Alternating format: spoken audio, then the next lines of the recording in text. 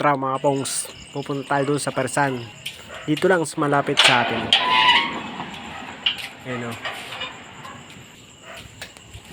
Ayan, bandaron lang yun o. Malapit lang sa ating bahay. Ayan.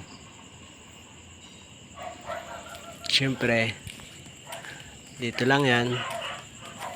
Tawid lang tayo. Yan ang bahay natin. Lakad lang tayo. Tara.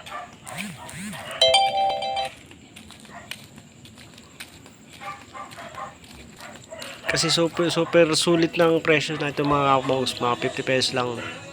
Lang sulit na. Good for 2 person na. Ito kay Paris King. Dito lang sa kapitbahay natin yan. Dito matatagpuan sa Sapa. Tara. Nabili natin. Tara. Kain tayo. Tara. Medyo manghang pa na yan. Lang sulit. Sarap ng ano niya. At malambot yung ano, yung baka. Ayan. Sa sobrang salap mga pongs, talagang mapapa-left over.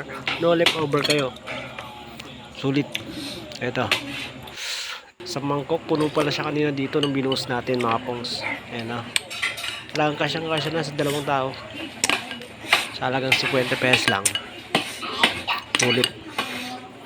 Busog tayo ni mga pongs.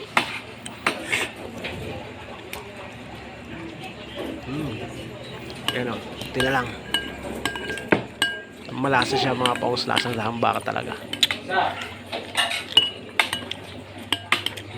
Sarap.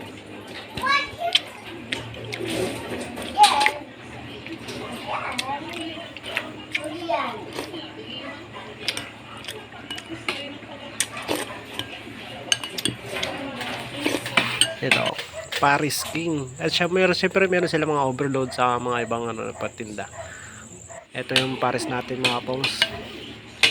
Ayun o. Sarap. Lambot ba? Okay. Sarap ang ulam. Ano nga ba? Natulog pa?